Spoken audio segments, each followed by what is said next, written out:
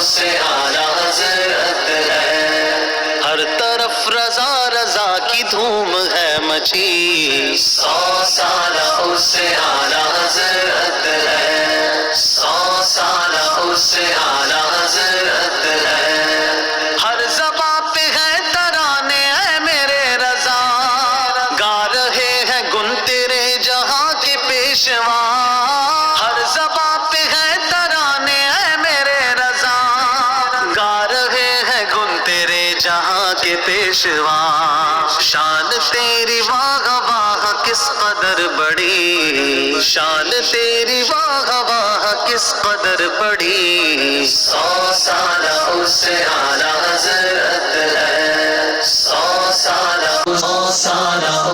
بسم اللہ الرحمن الرحیم۔ السلام علیکم ورحمۃ اللہ وبرکاتہ۔ عاشق ماہ نبوت، پروانہ شمع رسالت، اعلیٰ حضرت حامی شریعت ماہی بدعت، الحاظ الحافظ القاری الشاہ امام احمد رضا خان علیہ رحمۃ الرحمن کئی علوم و فنون کے ماہر تھے۔ انہی علوم و فنون میں سے ایک علم منطق بھی ہے۔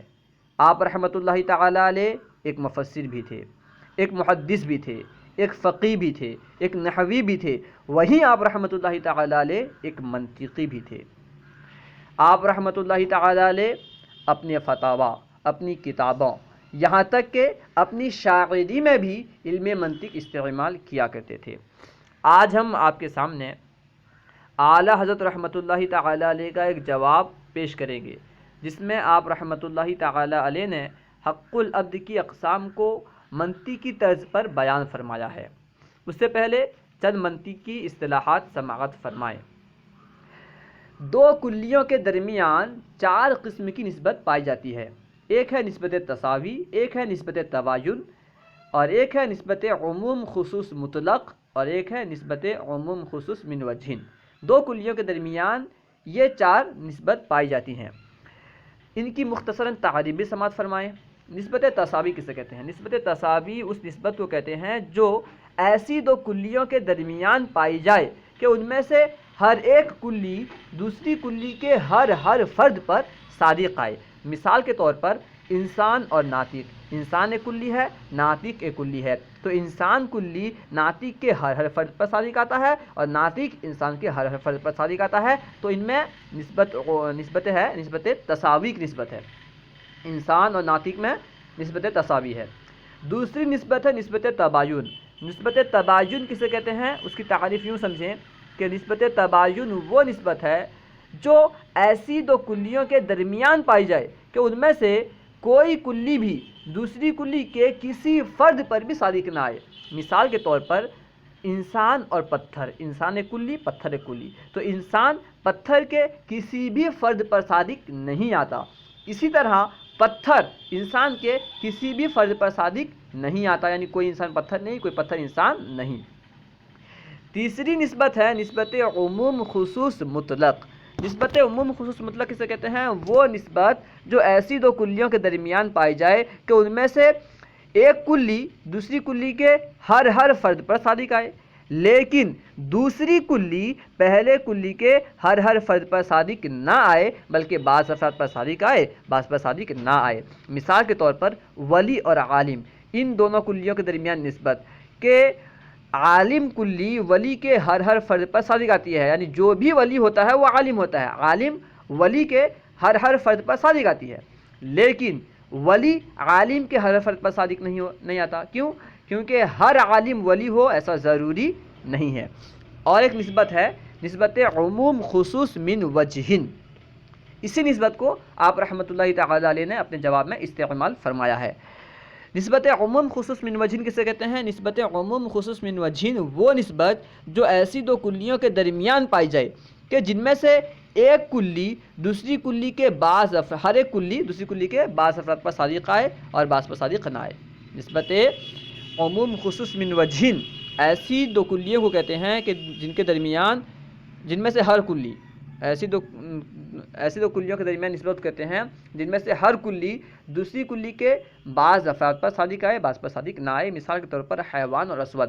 حیوان اور اسود کے درمیان جو نسبت ہے یہ نسبت عموم خصوص من وجہین کی ہے، کیونکہ حیوان اسود کے بعض افراد پر صادق آتا ہے اور بعض پر صادق نہیں آتا، کیونکہ بعض اسود حیوان نہیں ہوتے ہیں. اسی طرح اسود حیوان کے بعض افراد پر صادق آتا ہے اور بعض حیوان پر صادق نہیں آتا، کیونکہ بعض حیوان اسود نہیں ہوتے ہیں.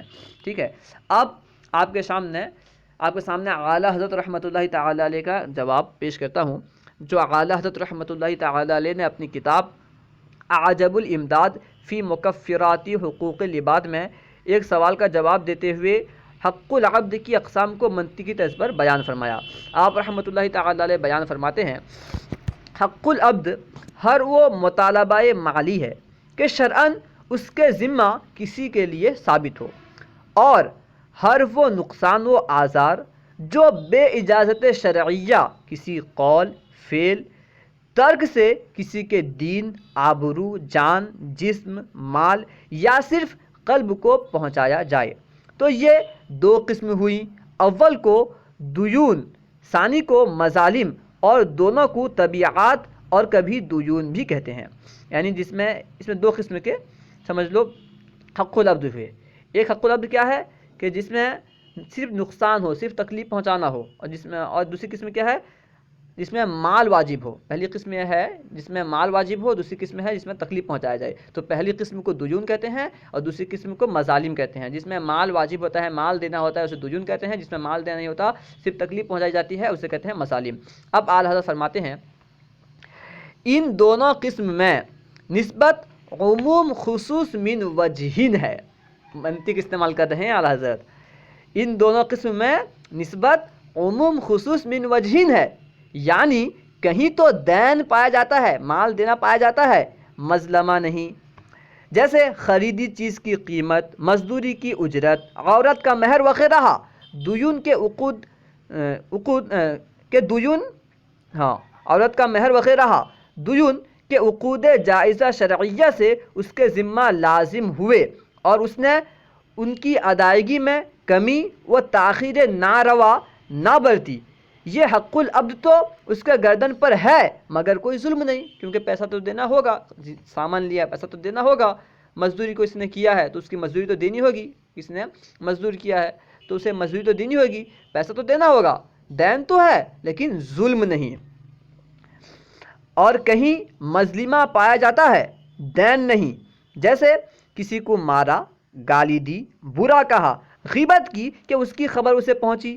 یہ سب حقوق العبد و ظلم ہیں مگر دین واجب نہیں. کسی کی غیبت کرنے سے دین واجب نہیں ہوتا، کچھ پیسہ دینا نہیں ہوتا.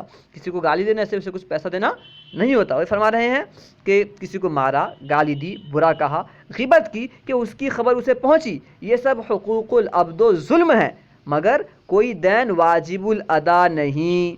اور کہیں دین اور مظلمہ دونوں ہوتے ہیں، جیسے کسی کا مال چرایا، چھینا، لوٹا، رشوت، سود، جوئے میں لیا. یہ سب دیون بھی ہیں، ظلم بھی ہیں. تو یہاں پہ دیون اور ظلم دونوں پائے جا رہے ہیں.